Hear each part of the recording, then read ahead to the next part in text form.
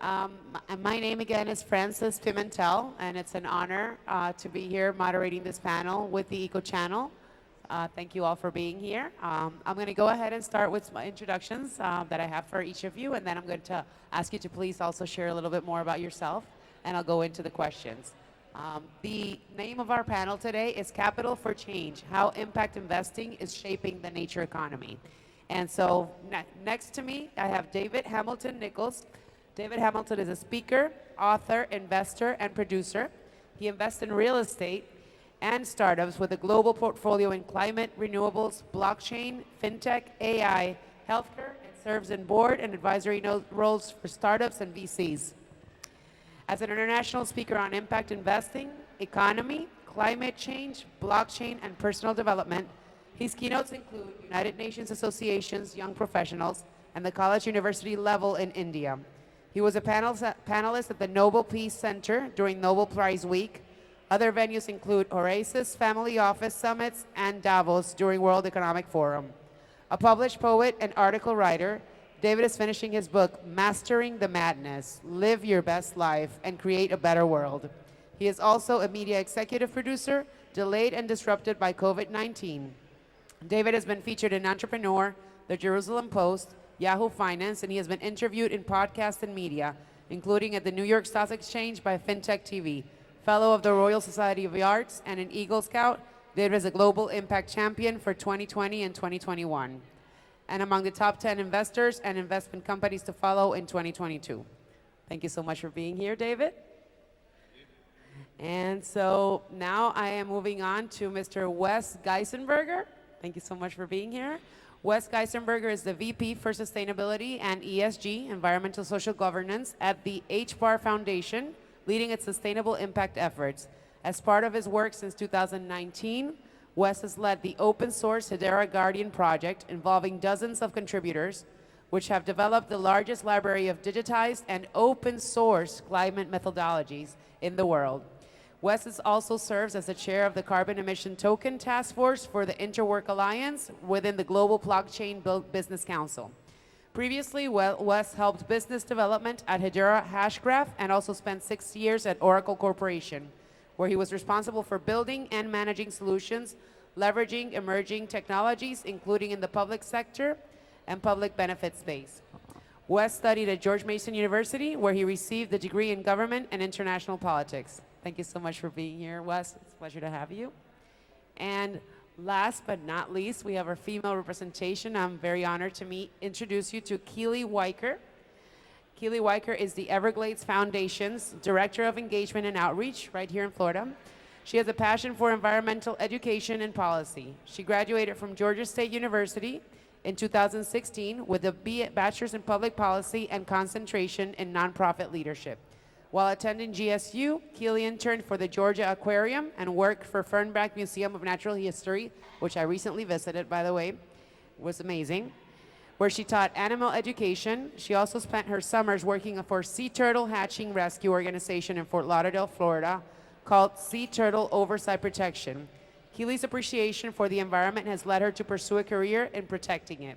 Keely enjoys spending her free time outdoors, hiking, boating, and capturing nature through photography. Beautiful. Thank you so much for being here, Keely. It's an honor for me to be here with these incredible humans that are shaping the future of humanity, truly, working in the nature economy. So amazing. So I'm going to start off by asking you each to please share what first inspired you to get involved in the intersection of finance and nature-based solutions. Was there a pivotal moment in your life that got you to get to that point? And Keely, we can go ahead and start with you. Thank you so much. Thank you so much for having me today, and thank you everyone for coming out on Earth Day. This is a great day to celebrate what's going on here in South Florida. I don't think there was a clear point where I got involved, but the Everglades Foundation was founded in 1993. We've been around for about 30 years, and we were started with the idea of science advising policy. So how can we utilize science and research in the Everglades to advise how we restore the Everglades? And so we found through over time with our organization that we need to bring in all stakeholders, not our traditional NGOs that oftentimes are in support of environmental issues, but we also need to work on advising and educating the business communities here in South Florida. So in a way, we've brought in a lot of our chambers of commerce, our realtors, to educate them on why restoring the Everglades benefits them economically. And so that's kind of the gist of how we started to interconnect with that. But yourself and you personally. Funny, I mean, mainly it was just I fell into it through the organization. So I've been with them for about 8 years. So more being out in the community and realizing that we need to educate. Beautiful. Thank you so much. So, for those who don't know me, I spent a lot of time in technology, but I have a government background, as we talked about in the intros. And as part of my work with Oracle, I spent a lot of time thinking about systems, government systems, particularly for accountability, for impact. And when we started thinking about some of these systems, we very quickly get to the human impact on our cities, on our counties, on our countries, and looking at how do we measure that. And at Oracle, I've always looked at the systems not just as a singular outcome, but if it's a transportation system, what's the footprint of a bus? How many riders riding that bus, are needed to make sure that that's more beneficial than a car versus a train versus a bike versus a scooter. And so personally, I've always been thinking about, well, where does this data go? What do these systems mean in terms of impact and our footprint? And I got to the conclusion after multiple years of working on these systems that you shouldn't be able to turn off your data with a cloud subscription to a vendor like an Oracle, an IBM, a Microsoft, or a Google. And I took that to the next step of, well, what could we do to change this footprint? And it was ultimately jumping over to use emerging technology and tools like public ledgers and blockchains. And one of the things that I saw is, well, we can't just store data on a blockchain. We need to actually store data in context in the form of a methodology, in the form of a quantitative unit. Maybe it's a metric ton, but it's other types of footprints such as water, biodiversity, or maybe the reduction that we're claiming, so that we can prove a metric ton is in fact a metric ton, how it was calculated, what data was collected to substantiate that. And so my personal journey has often followed the technology, which is mapping, is just our reflection of what's happening in the real world. Beautiful. Thank you so much. And for everyone's reference, I just got the motion from Michelle that we're supposed to be eating the mic. So for everyone's future reference. So anyway, how did I get involved in impact investing and in nature economy? Well, my father was a farmer, and so I grew up around agriculture and around a lot of space and happened to enjoy that space. And towards the end of my dad's life, he wasn't really the most observant person in a lot of ways, but he was noticing something was off in certain regards. And then at one point too, right around when I was starting to invest in projects that were in climate, a friend sent me an article about climate change and agriculture, and it turned out one of the people quoted in that article was actually a neighbor. So it was kind of just an organic evolution. I guess, pardon the pun, nature organic. But anyway, I'll go ahead and be shameless about it. But it was an organic evolution, and I had friends that were starting companies, and as I was transitioning out of real estate more and more into dealing with early stage companies, and that is how that unfolded. Beautiful. Thank you so much for sharing. Thank you all for sharing a bit of your personal story and in the organizational story as well. Very interesting. So going on to the second question, impact investing has evolved rapidly in recent years.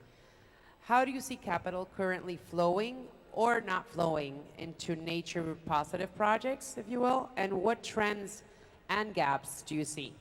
I'm going to let each one of you answer this, and you're all coming from slightly similar spaces, but also different spaces, so it's going to be interesting to listen to the different responses here.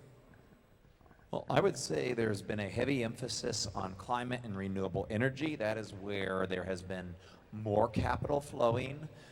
Some lesser aspects where it is not seen quite as much has been in water and, in some cases agriculture as well. So I think there's varying degrees of what has gotten attention.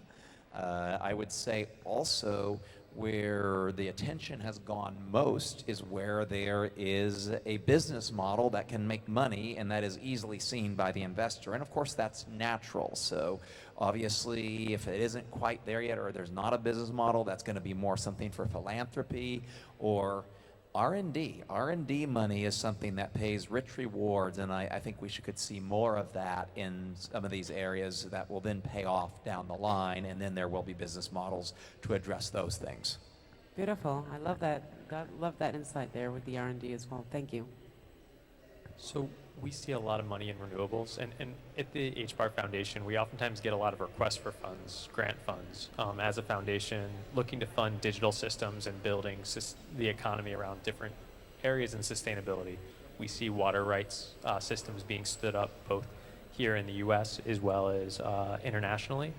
But we also see a lot of carbon project finance as a common business model. But where I think we could see a lot more than carbon project finance or even different types of bonds is as we further define standards, which are the first thing we need to get to more constructive markets, is in biodiversity, especially for nature positive outcomes. So at the HBAR Foundation, we've been helping lead work in things like Biodiversity Credit Alliance to further define what do digital standards look like for nature positive units or positive uplift units. But we've also spent a lot of time doing the same thing for voluntary carbon markets, for emissions tracking, so that we can fund decarbonization efforts, carbon positive efforts that have biodiversity elements to them or sustainable development elements to them, and then building the applications and systems that can interconnect on public ledgers. Because one thing that's different in climate-related investing and sustainability investing is you're not just investing in project finance for a specific outcome for financial return. You're paying to prove what happened and how it happened. And oftentimes when you go to a store and you go to buy coffee off of a shelf, you want to know that, well, maybe is it sustainable? Was it ethically sourced? And if you just have a label on that, you're trusting the methodology and you're assuming that the data has been checked. But oftentimes you can't do that without a tool like a public ledger in place, because if you can't prove the methodology and the data immutably across a series of parties, whether it's a recycled good, whether it's an organic certification, or that something's been properly decarbonized, it's very hard to prove. And so the way that we think about financing is it's not just financing the good or the service, it's financing the proof that it happened in the right way that meet our requirements as society. And so I think that's an area where we can both continue investing in, but double down and invest more to improve integrity. Beautiful. Thank you so much for that. I'd love to dive a little bit deeper into that after Keely responds as well. Do you want to ask a follow-up? Okay, go ahead. I guess I'll give the perspective of the receiver of the investment as an NGO. We recently put together an endowment campaign so to continue our foundation, if there's lack of funding or, we complete the mission in a way, we want to continue on the mission of the Everglades Foundation. And over a couple of years, we've received over $75 million in investment from donors, and we're a privately funded organization. So they're seeing the investment in the Everglades Foundation, in that the science we're producing, the policy that we're producing, they're seeing, even though it's not going into their pockets per se, they're seeing the investment and the returns on the work that we're doing, and also the water quality and quantity benefits to the economy here in South Florida. We're seeing that people want to get involved in order to continue to have a future here in South Florida. We need drinking water. The Everglades is our drinking water supply. And so without restoring it, we may not have that drinking water supply. We may not have an economy here in South Florida. People don't want to come down if the water is not pretty and blue.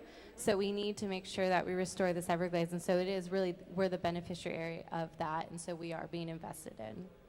Beautiful. Thank you so much. It's such critical work that everyone here is doing. I had a question, and this kind of just came up while you were mentioning. You mentioned water rights. Can you expand a little bit on that? Just to share a little bit more about what's happening with that. It's kind of it can become a sensitive subject as well. So. Yeah. So some places around the world, when we invest in digital systems, they can be digitally representing things like water allocation. And so we made an investment in a company a few years ago, previously known as Civic Ledger, now known as Water Ledger. And they've been working with governments around the world. One of the governments in Australia, in Queensland, they're actually mapping out the allocation systems so that farmers or any other party who has a right or title to an allocation can prove what they've been allocated, but also what they've consumed, and trade that excess allocation so that they aren't overusing the water rights and distribution. Now, these markets aren't so uncommon. There's actually a really long history of how water has been allocated in places like Oman. Going back thousands of years, you had the Falaj system where you could buy a unit of time. In Australia right now, you can buy an allocation of water, not so different to what you see in the carbon markets for the emissions trading systems, right? Looking to allocate the potential emissions, but in this case, it's water allocations for consumption. What we think is there needs to be a digital system so that we can better understand what is being consumed, hopefully in real time, based on flow meters and sensors, but also what has been allocated so we understand who has the right to do what when, can we prove who's doing what when, and do they actually have the right volumes to trade. Now, one of the neat things is when this is on a public ledger, if you have the accounts proving, well, who is allocated what, who is using what, you can also settle that financially on ledger to prove who's actually making money in these instances, what is the size of this local economy. Now, if you can start to do that, you can bring in other types of financial mechanisms to bring in the right incentives, but it has to be mapped because all of these digital systems that we're talking about, these markets, are all based on the human process that we've legally defined in our given jurisdiction, and water is very local, whereas maybe carbon may be national or international in nature. And these are the types of things that we like to think about in investing in to improve the integrity systems on them. Is there a level of government control? And it might be going into a side over here. Is there a level of government control for these local economies? Because we know that there's a water issue in many third world countries, for example, and but there is the water rights. So if you can maybe share a little bit about the feelings and how you're battling that, how you're tackling that, and how you can protect local economies in places that are actually, might not have the ability to protect themselves when it comes to all of this. Right, so a lot of times the local governments have to interface with different communities. So in the example in Australia, there's a pretty strong view that the indigenous people should have a seat at the table. And there's different countries who have different laws to represent this. And so from a grantor perspective, we don't often take a position except for make sure we're not in a place to do harm, or do our best to make sure that the folks that we give grants to don't do that harm. But oftentimes the governments, depending on their predisposition, will have stronger views.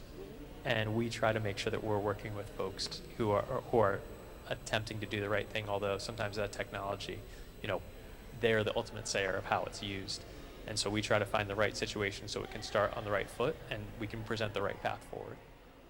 Perfect. Thank you so much. I have a lot of questions. I'm gonna go into decentralization. I mean, I think I'm gonna have a separate conversation with you on this, but thank you so much, and thank you for the work that you're doing. It's incredible. Everything that's happening right now, we have with AI and there's so much incredible technology, and we can use it for good or we can use it for bad, and that's the reality. It really is about how you engage with the people on the ground, how you bring every single one that's a stakeholder to the table. So thank you for that.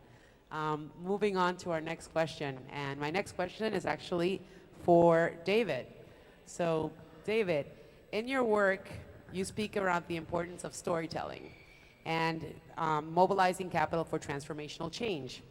So, how can the narratives actually shift investor mindsets from extractive returns into regenerative value creation? Well, I think it's as simple as the numbers to begin with, because as an investor, most investors want to make money.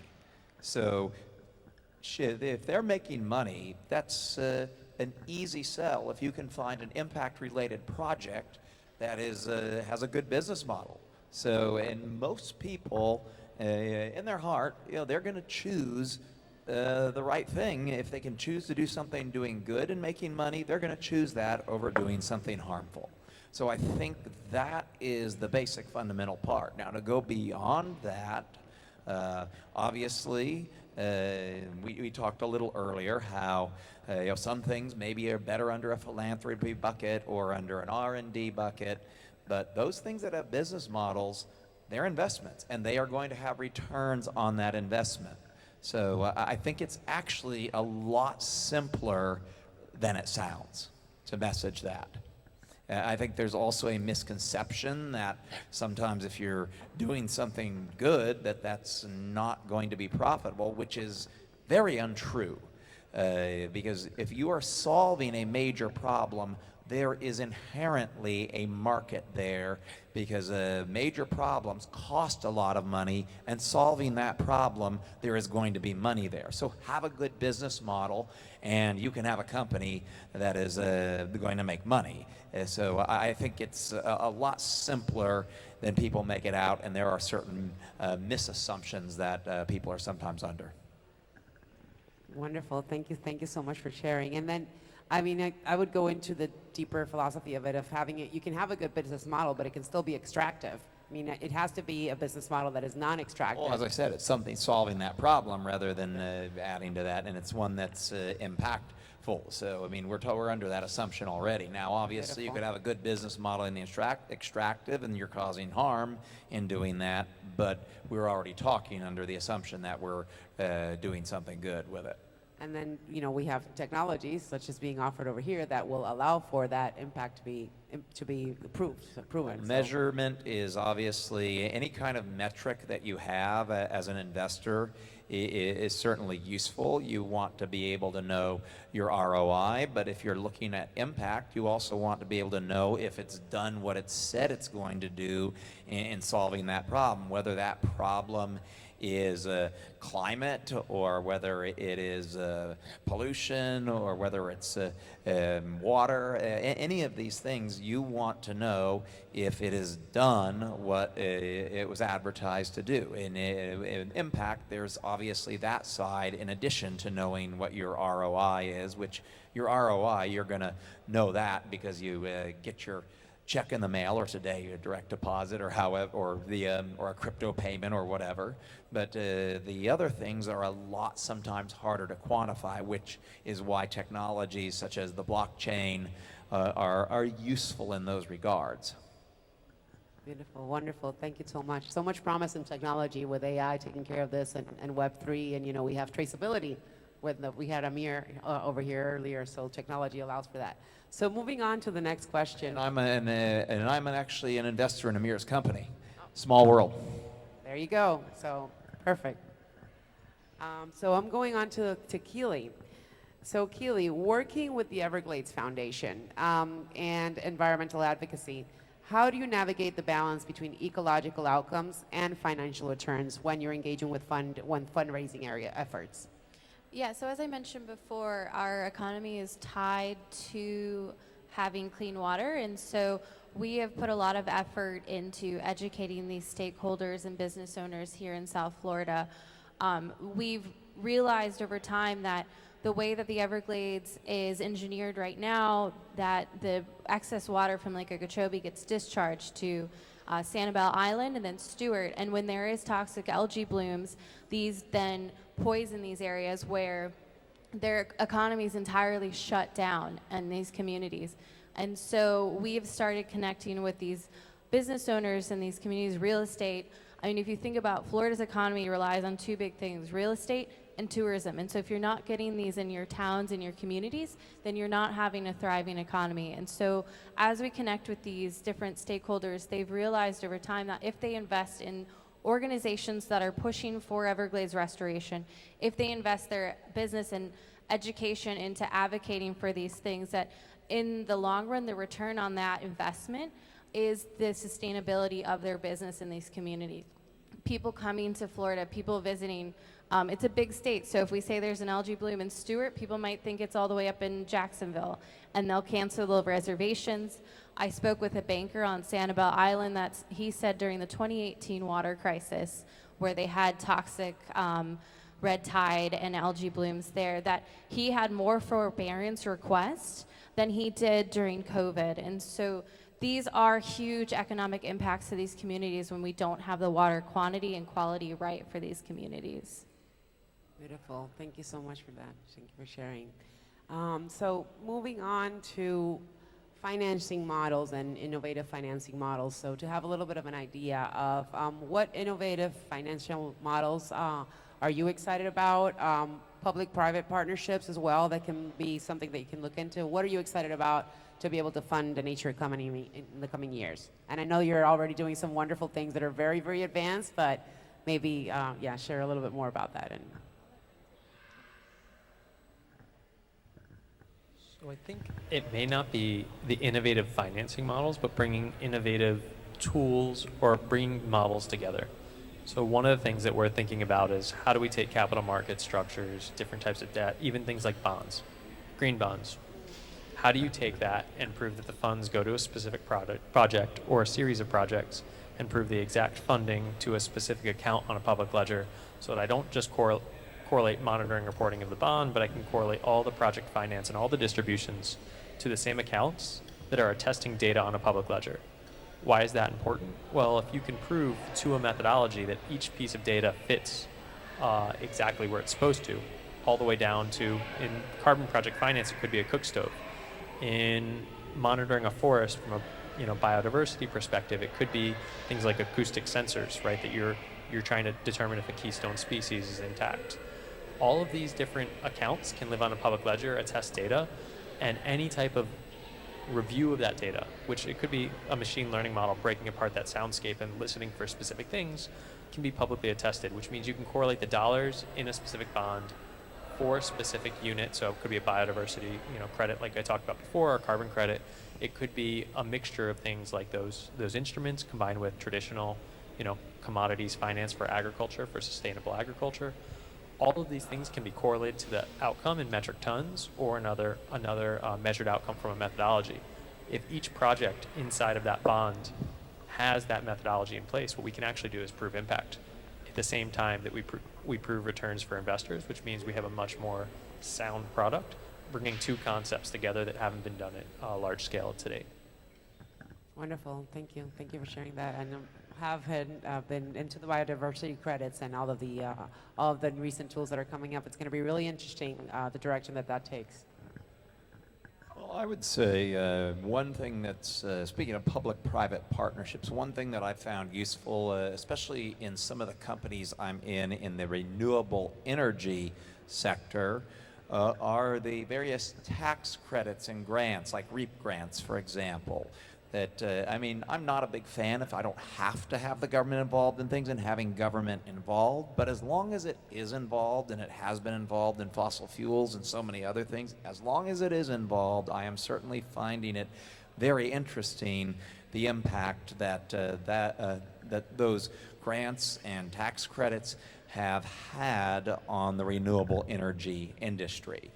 For example, a company that I'm an investor in, through these and some other means, has now installed solar projects in probably about half the states in the United States, and is transforming the energy grid in rural areas through the agricultural producers, the farmers, the small businesses, with the microgrids. So a lot of that, there are certain incentives in public-private partnerships that, if we're going to have those, they are creating quite a bit of difference.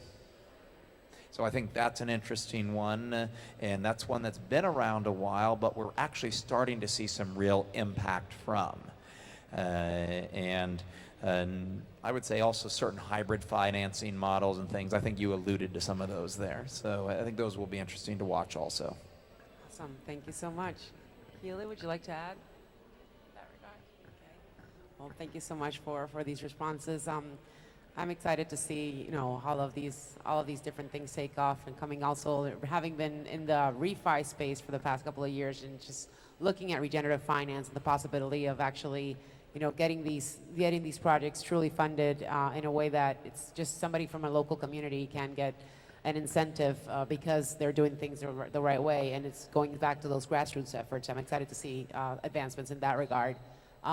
So what would you, and this is a question for each of you, it's related to people that are investors and entrepreneurs that are looking into, they have their project, they have an idea, they have a beautiful idea that they'd like to implement, and it's good for the people, good for the planet, good for the environment in all aspects. What would be the advice that you would give them? And I know for sure it has to make financial sense, but maybe even before they can get it to make financial sense, because I personally know some great ideas of, we're building new systems here. what's happening right now is there's a lot of things that have never been done before.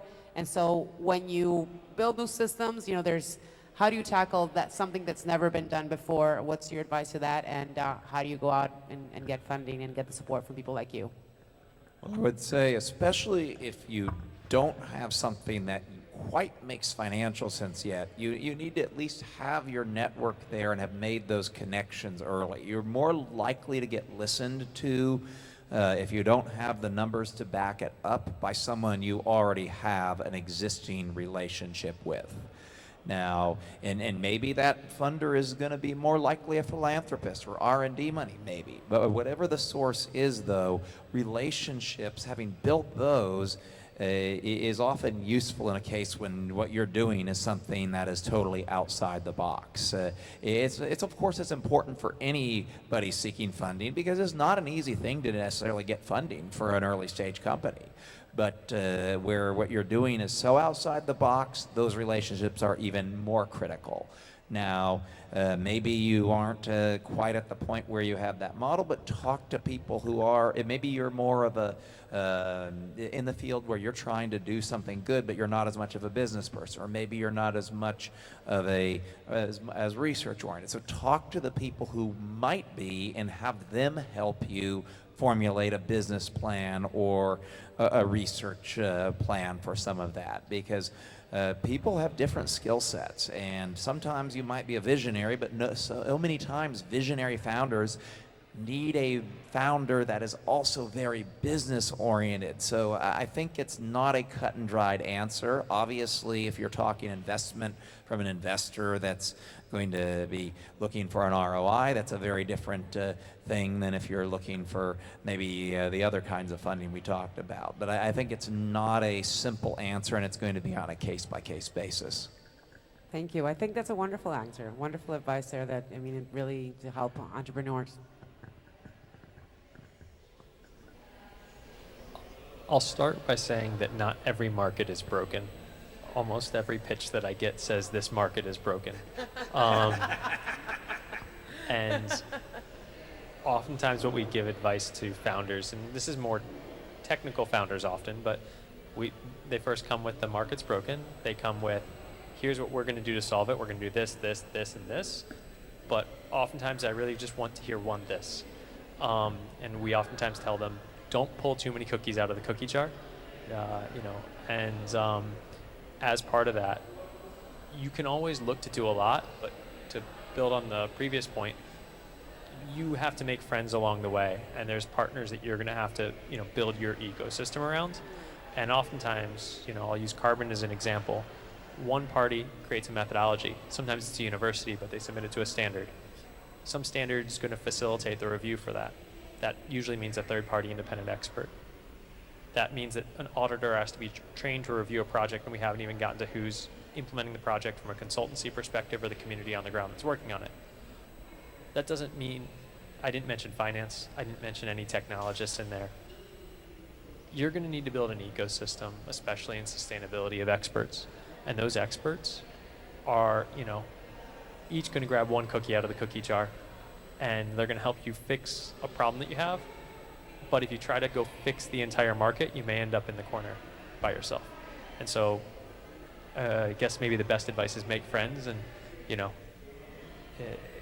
before you say it's broken, make the friends first to make sure it's truly broken.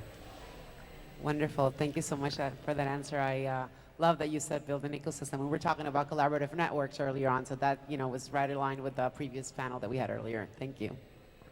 I'll just echo what both of you have said, but also, rely on data and scientists and things like that as you try to verify what you're proposing and things like that. Beautiful. Thank you so much for the wonderful advice here. I don't know how much more time do we have? Are we doing on time? We're done? Well, let me take some. I would love to get some questions from the audience. If we have any questions from the audience, I could still have a couple more, but anybody from the audience that would like to ask the panelists a question? Open for 1 or 2 questions, tops.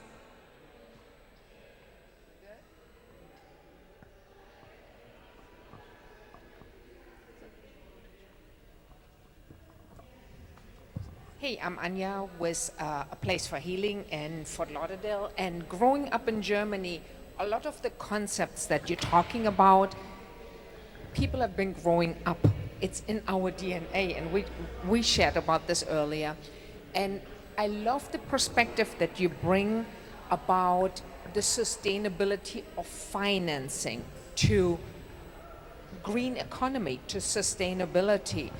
And I'm very familiar with the Everglades Foundation and have very personal connections to that. And I think sometimes what's amiss a little bit is the link between younger people coming up through the school systems who are Floridians, who grow up with these issues, who have solved some of the problems already.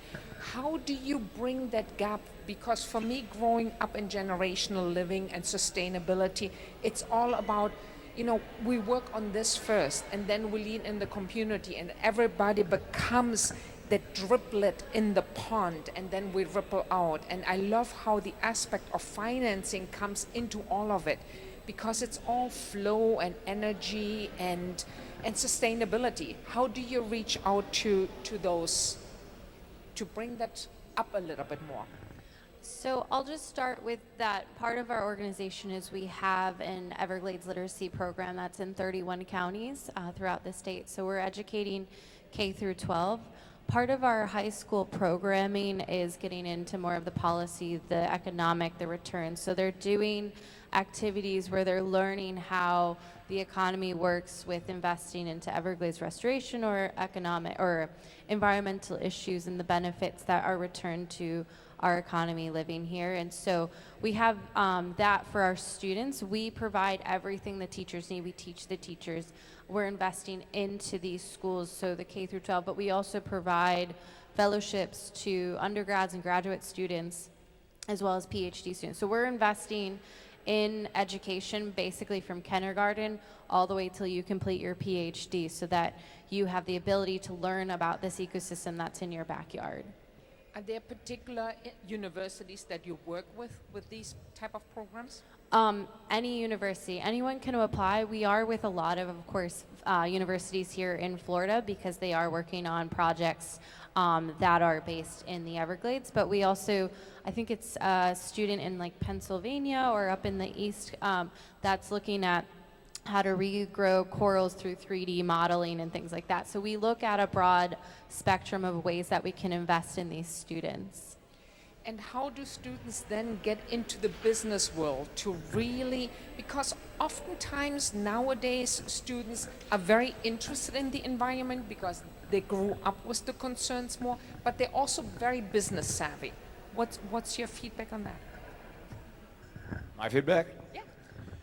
Well, being a college dropout, I would say I have a little less experience on that side of things. However, what I have noticed is a lot of companies tend to like interns from a lot of good schools. So there's that side of it. And of course, if you are qualified to do that job and you are truly diligent, and I mean, I don't mean just passionate, but also can do that job well, most companies are very eager to give you a job and to pay you decently. So I think it comes down to, you know, the matchmaking, if they can find those jobs. But most companies I'm aware of, they want to make sure the people are very good at that. And there is a dearth of qualified people that actually also put in the effort and are very much do their job to a T. So I think it's kind of I think it's also a matchmaking thing. They'll find it getting the right person in the right place. But then again, that's a college dropout's take on it. Someone who has a lot more to my resume and is a lot more well known than most people who graduated college. But I took the non-traditional path. Beautiful. Thank you. Thank you so much. Thank you all for sharing. I have one last just kind of curiosity, and it might be a little bit out there, but just I'm going to close it out with this one: bioregionalism and place-based investing.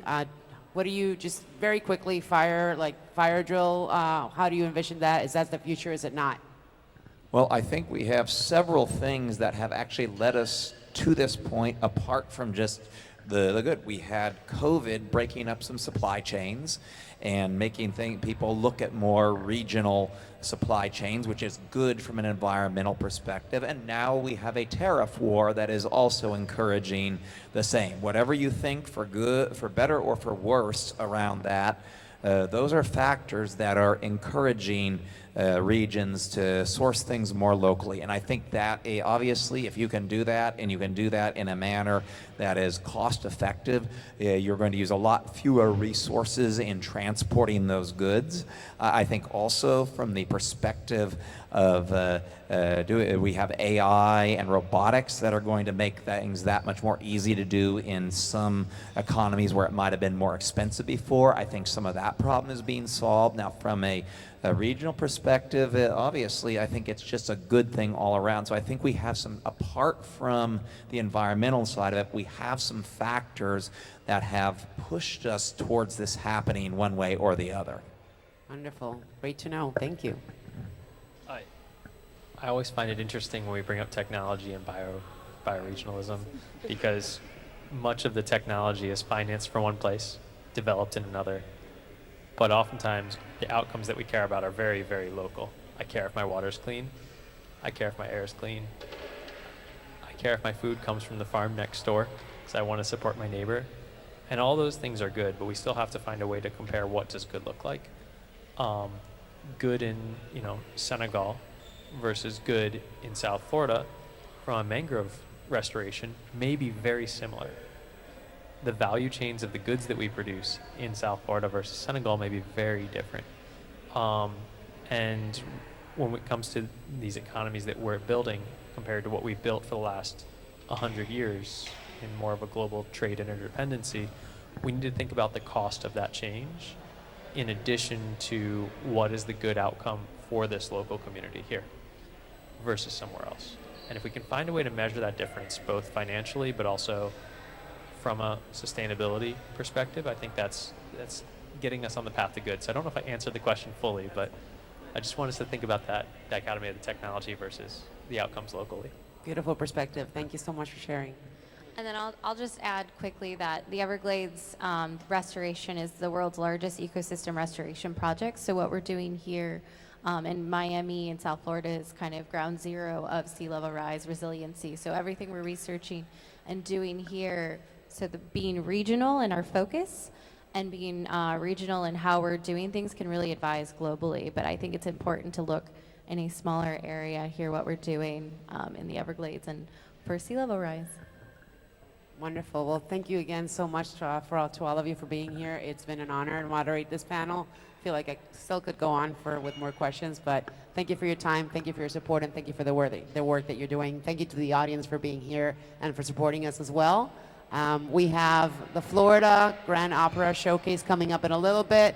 We have a little bit of networking, and we have Michelle Thomas, CEO of the Eco Channel, coming for a talk as well. So do not leave. We're still going. Thank you.